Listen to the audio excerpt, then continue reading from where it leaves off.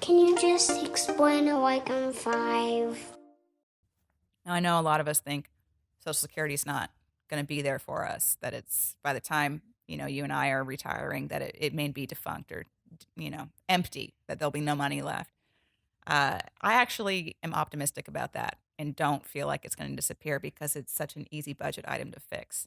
So, like I mentioned before, Social Security, they stop collecting it on your income once you reach 128-ish thousand dollars.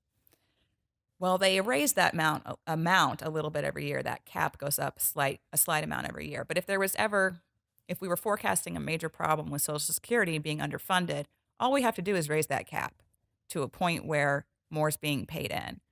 For those of us who are doing really well financially and making a ton of income, say you're making millions of dollars a year, you're only contributing to Social Security up to that first 128,000. So if we raise that cap up to even 200,000, that's a ton more coming into Social Security So what each you're year. telling me is after $28,000 of income, so you 128,000. 128,000. So Mhm. after the first $128,000 you make, if you made $129,000, you don't have to pay any more into that For Social for Social Security. Security. Correct. Okay. But just Social Security. So That's odd, right? That's that's kind what? of weird, right? Well, yeah, it is. Like I'm trying to find the logic behind that, not trying to take any jabs here, just trying to find the Right. logic behind why you stop paying Social Security after that I much. think originally there's some actuarial work that goes into determining how much money needs to be in that plan. You're right though, it's not necessarily in the spirit of the way a lot of the tax code works.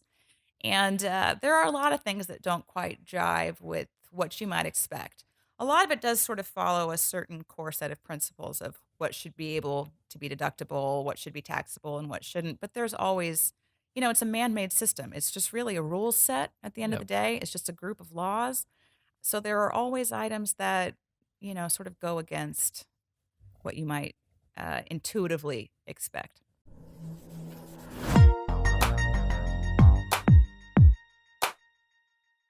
Can you just explain it like I'm five?